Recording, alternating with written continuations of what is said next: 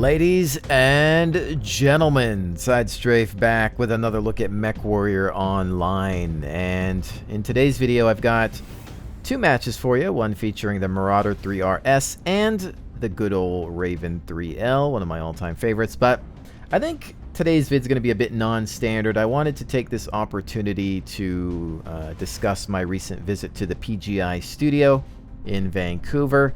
I was invited out in order to attend the Steam launch party for this title. So for those of you not aware, the game is now available on Steam.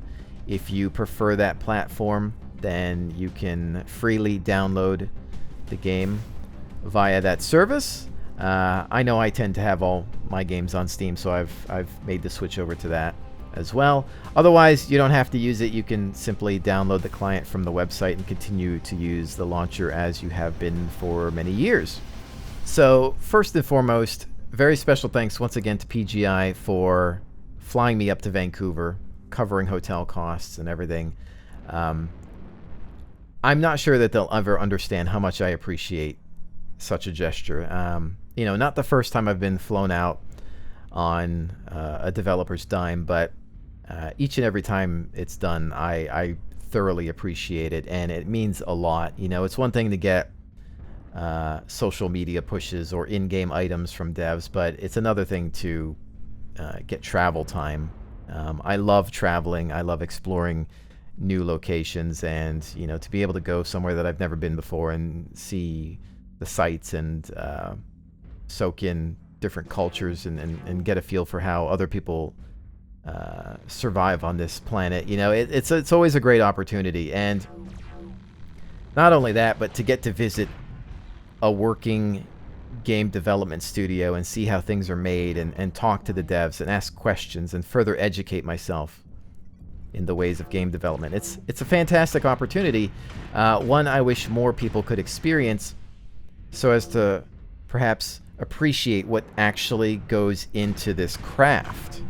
So with that said, walking into the PGI studio, I couldn't help but feel a bit on edge, simply because this is a game that I've, you know, criticized over the years, and not because I hate it, but because I love it and because I want it to improve. Obviously, if you've been subscribed to me for any length of time, you know that I always go back to this title. It's one of those games that I consider a flagship title, one that just kind of has a permanent home here.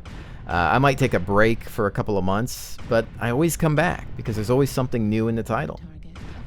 The core gameplay for me has always been solid, and that really is what matters most. Most of my criticisms have revolved around aesthetics, map design and scaling, you know, texture work, sound effects, really.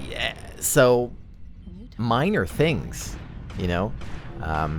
Perhaps, I mean, we could argue that immersion is key, and I often do, but you know, it's not anything that would cause me to want to uninstall the game. But regardless, I know how fired up I get. I know how passionate I get about things.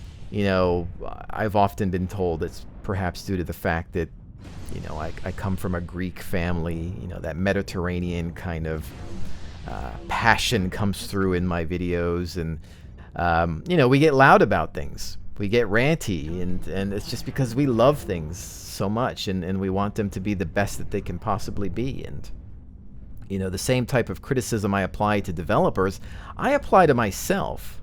You know, the worst things that you could possibly think about what I do on this channel, I've already thought about them. Okay, I'm my own worst critic, and often content creators or artists are, you know. And so going into PGI, you know, walking into this studio, I couldn't help but ask a few of them, you know, so where's the dartboard with my face on it? You know, because I'm wondering which one of my videos has perhaps upset somebody. And really, it wasn't like that at all. You know, most of the time they'd come up to me and say, SideStrafe, you know, I love your videos. You know, I really do. I had, you know, a UI designer walk up to me and said, you know, I've been learning to play from your videos. You know, they work there, but, you know, before they worked there, or, you know, as they were just getting started, they would go onto YouTube and find guides and tutorials to help kind of learn the game to get better with it, so as to be able to apply skills to, you know, development. Funny enough, they actually watch the videos, and a lot of them think that they're great. Maybe they were just being nice, but, you know, for the most part, it seemed like they love the videos, and, you know, that was a great thing to hear, because I'm walking in there thinking that I'm gonna, you know, have a bullseye on my chest, and I'll be needing to duck for cover. But thankfully it wasn't like that at all, and many of them were accepting of the critique, and a lot of them said, you know, it's necessary. There's only so much you can learn from a compliment, and that's something that I've been saying for a very long time on this channel, and I just, you know, wish more people would kind of get where I'm coming from. But they did, and that's why I was invited out there, you know, at their expense, and that's great to see, you know, because there's a lot of devs that simply would not ever do such a thing. I'm sure you can think of a few of them, but I think one of my favorite things to do was bug the developers in the studio and ask them a bunch of questions, because we were out there the day prior to the launch party when they were working, and so you had this kind of big studio area where you could just see everybody, you know, working on different projects, modelers, texture artists, concept art, everything. It's just right there.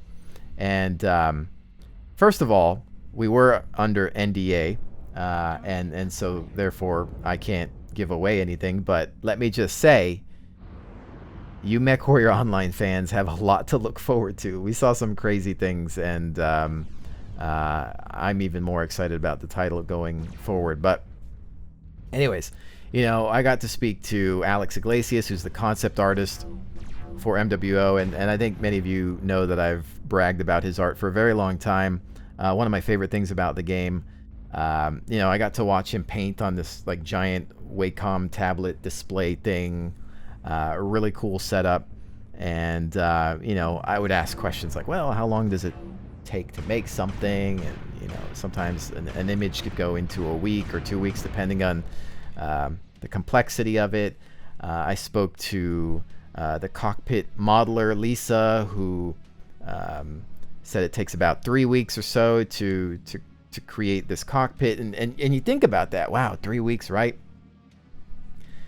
And then you realize that there are so many freaking mechs in this game, and each mech has a unique cockpit. Holy smokes, right? And it's just this one person. I think she was also training somebody else to do it, but really the studio's got, I think, somewhere around 50 or so people. It's a small independent studio, guys.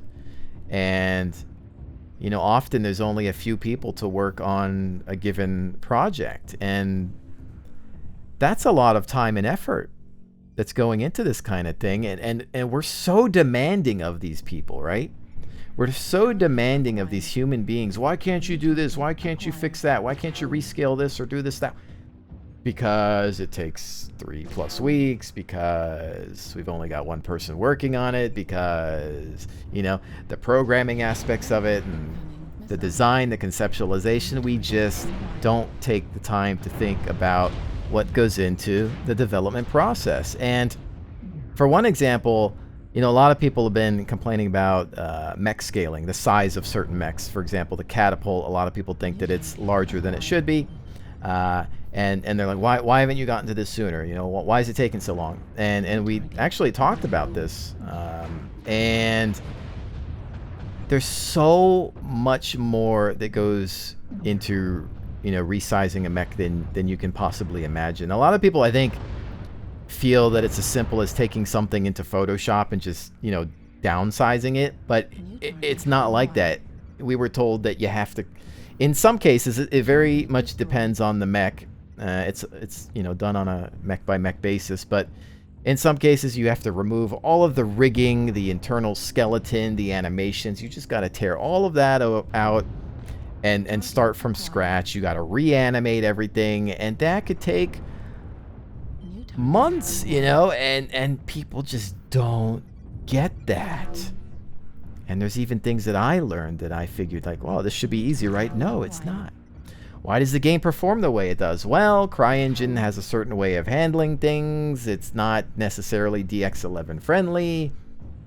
It's very good at this, but it's not so great at this.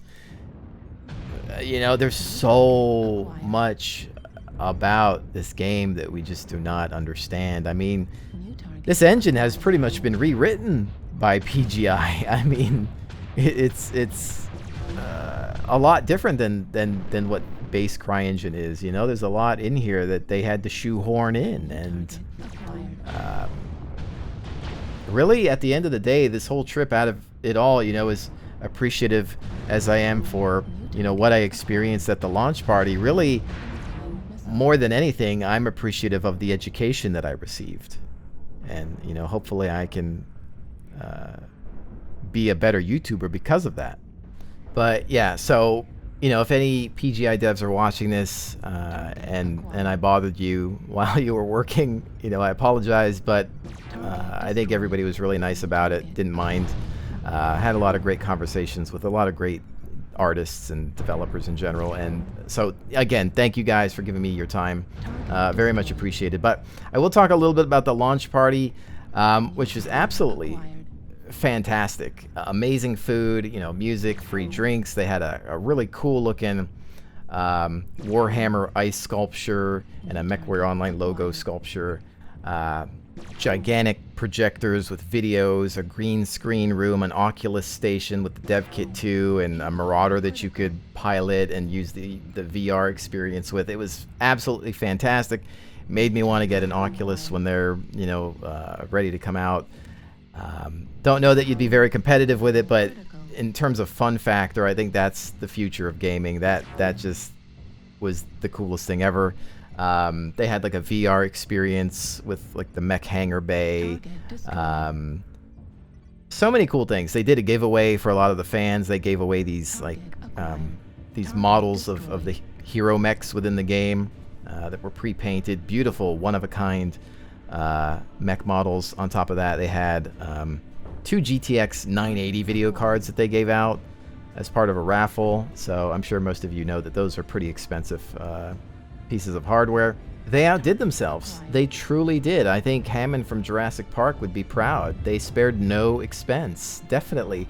And, you know, I think the movement to Steam is probably a wise one, because if there's been a weakness to MechWarrior Online, it's simply the fact that there's not enough eyes on it. The advertising has not been great, you know, for this title. So there are very few people that know it exists. You know, I can't count the number of times somebody's come up to me and said, I didn't even know about this game. What is it? Free? What's the deal? Yeah, man, here it is. Here's the link. Check it out. A lot of people just don't know about it. And you look at the Steam reviews, and they're actually super positive, because there's people jumping in here for the first time. They're not entitled or jaded. They haven't had their rose-tinted, you know, glasses on in regards to, you know, past games. They're seeing this for the first time and realizing what it has to offer. Realizing that it's a tactical game, a challenging game that they can enjoy. You know, they're not yet corrupted by the groups of individuals out there that have made it their goal in life to hate upon pixels. And for those of you that do that, I really suggest you get on with the rest of your life, because when you're in your deathbed, when that time comes and you look back at your life's achievements, let's not have it be that you trolled a video game, that you waited for a game to die, because absolutely pathetic that is. Ladies and gentlemen, thank you so much for joining me. Always appreciated, and I will definitely see you on the next one.